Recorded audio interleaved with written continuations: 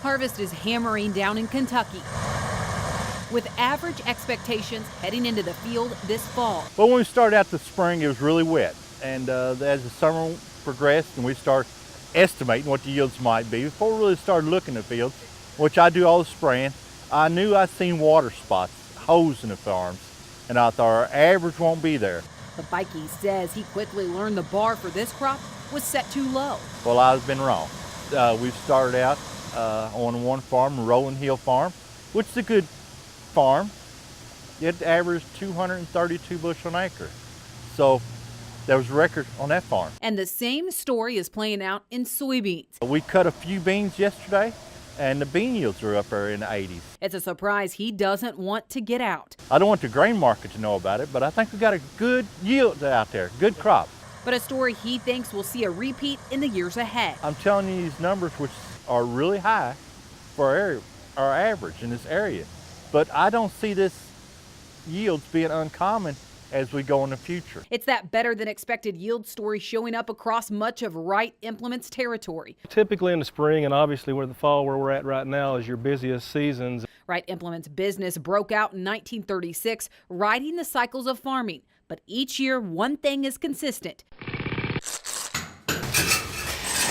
the chaos of harvest. We could have 50 service techs and not have enough at this time of the year when everybody's going the same time. As combines hit the field, it's combines clogging up these lots. Yeah, in the next 24 months or 12 months, we need to figure out a way to get rid of used combines. That's probably our biggest obstacle right now. But even with the backlog, it's row crops that drive their business each year. Back in the spring, we had a rush on sprayers and planters. Murphy says that's a change, of course, from recent years. The last 24 months before that, it was hard to get rid of sprayers and planters. We was running some through auctions, as a matter of fact. It's also other pieces of machines that help with harvest that are going strong right now. Probably header equipment and grain carts. And there again, the 24 months before this, they were kind of slow. For Machinery Pete, combine trends are intriguing this year. 2018, I think, has been one of the most interesting years for used combine values. So people tend to think, oh, used values must be off here, late summer, early fall. But actually, we're seeing like 3 different trends within the combine market. So the 1- and 2-year-old ones are pretty strong when they show up at auction. I think people really want the warranty, and they're also looking ahead, you know, with the tariffs on steel and aluminum, the costs going up. So they think, oh my gosh, here's a 1-year-old one available. And there weren't as many sold back 1-2 years ago when things were slower. So when they come available now, they're very hot items. But he says when you get to the 10-year-old machines, it's all about condition. Whatever color, if it's a nice 8, 10, 12-year-old combine, that's a hot item. In between there is the opportunity, kind of the 4- to 6-year-old machines. There's a few of them out there. Machinery Pete says the biggest opportunity for a buyer right now is 4-wheel drive tractors, but the sector staying the busiest is under 100 horse. The economy outside of ag is strong, and if you own 5, 10, 20, 30 acres, and you got to mow, those type of tractors very strong. On the new side and on the used side at auction, when we see values have really been holding well. It's that side of agriculture also showing life for Wright Implement. The small ag has really taken off in the last 5 years. It's going to be a real big part of the business. Trend-wise on that, is anything interesting as far as like, hey, we do a lot of this? You know, these guys that want to get out of the city and they're buying 5 and 10 acres, and they all need a tractor and a gator.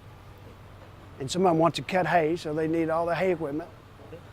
So that really helps the small ag out. Wright says one of the biggest changes for Kentucky agriculture is the growth of farmers looking to lease. As farmers are getting bigger, they find the need that they need an extra tractor. Instead of having to invest in the whole value and building up equity that way, they can utilize a lease machine to offset that need, and it doesn't cost them quite as much. So they can write that off as an expense and makes their cash flow better for them. It's also that expansion driving technology trends. The farmers cannot do all the work themselves with the machinery because of the technology involved. So it has to be a partnership. We have to work to try to sell them the right machine. We have to work to keep the machine going. And the maintenance of the machine is crucial as well. For Bikey, technology is a pinnacle piece of their farm. Well, the technology has really improved our productivity.